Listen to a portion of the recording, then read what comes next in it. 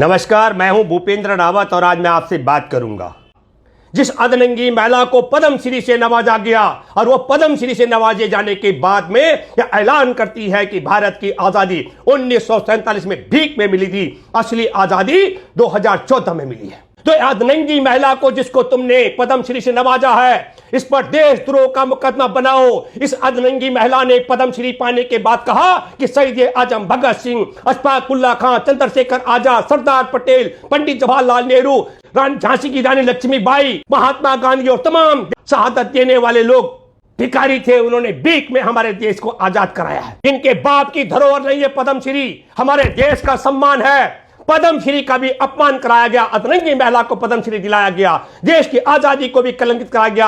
अदनंगी महिला से हमारे देश के आजादी के नायकों को भिखारी बताया गया और जो आजादी हासिल की उसे भीख में मिली आजादी बताया गया है। देश के ऐसे गद्दारों को, अदनंगी महिला को, पद्म श्री नवाजने वालों को, हमारे देश के आजादी के जंग के नायकों को भिखारी बताने वाले, भीख में मिली आजादी बताने वालों को देश से निकाला करो, सत्ता से बेदखल करो। यही नहीं, हमारे देश के आजादी के नायकों को, देश की आजादी को भीख और भिखारी बताया गया हो। हमारे देश के करोड़ों करोड़ के हृदय भगवान राम दशरथ के पुत्र थे।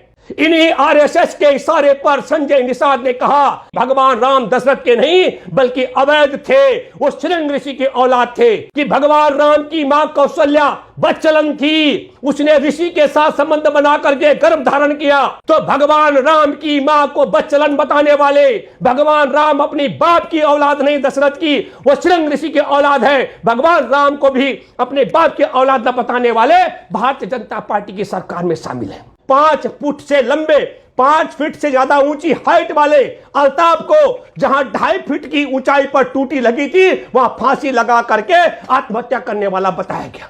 कि अल्ताफ के पिता ने कह दिया मैं कोई कार्रवाई नहीं चाहता हूं। एक बात सुन लो, हे योगी और योगी के गुंडों, उसके लटायतगिरी करने वाले पुलिस वालों, ये देश संविधान से चलता है, संघ के विधान से नहीं चलता है।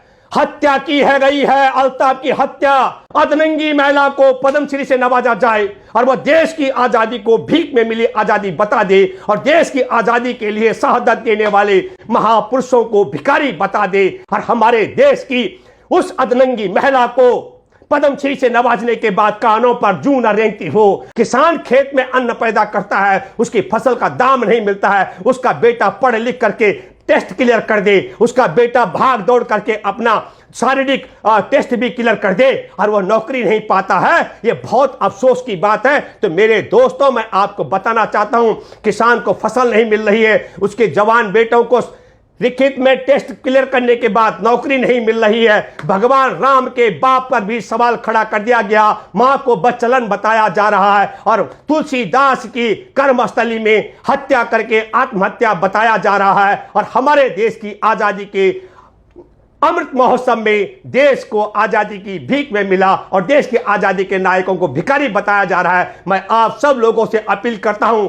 जो भगवान राम को अवैध मानते हो दूरी बनाकर रखना, जो किसान और उनके बच्चों के इंसाफ के खिलाफ हो दूरी बना करके रखना, जो देश की आजादी के नायकों के खिलाफ हो सम्मान के वो दूरी बना के रखना। लेकिन जिनके मन में देश की आजादी के नायकों का सम्मान हो, जो भगवान राम का सम्मान करते हो और किसान और जवान के भविष्य की बात करते हो, उन सबों से मैं अपील करता हूं, दूर दूर तक हमारी इस बात को, इस आवाज को एक एक घर तक पहुंचा दो। जब तक नरेंद्र मोदी और मोहन भागवत हमारे भगवान राम को अवैध संतान बताने के लिए माफी न मांगे, जब तक ये अदनंगी औरत को दिया गया पद्म श्री वापस लेकर के उसे जेल में न डलवाएं, और जब तक हमारे किसानों के खिलाफ बने 3 काले कर्म वापस न हो जाए, और जब तक 54,000 जो ओवरहेड हो चुके हैं उन युवाओं को रोजगार न मिल जाए, तब तक आप पूरे भारत के लोगों को एकजुट होना पड़ेगा। धन्यवाद। जय हिंद, जय जवान, जय किसान। अगर आपने अभी तक सनराइज समाचार को सब्सक्राइब नहीं किया है तो सनराइज समाचार को सब्सक्राइब कीजिए और बेल आइकन को भी दबा दीजिए ताकि आप हमारे आने वाली वीडियो का नोटिफिकेशन सबसे पहले पा सकें।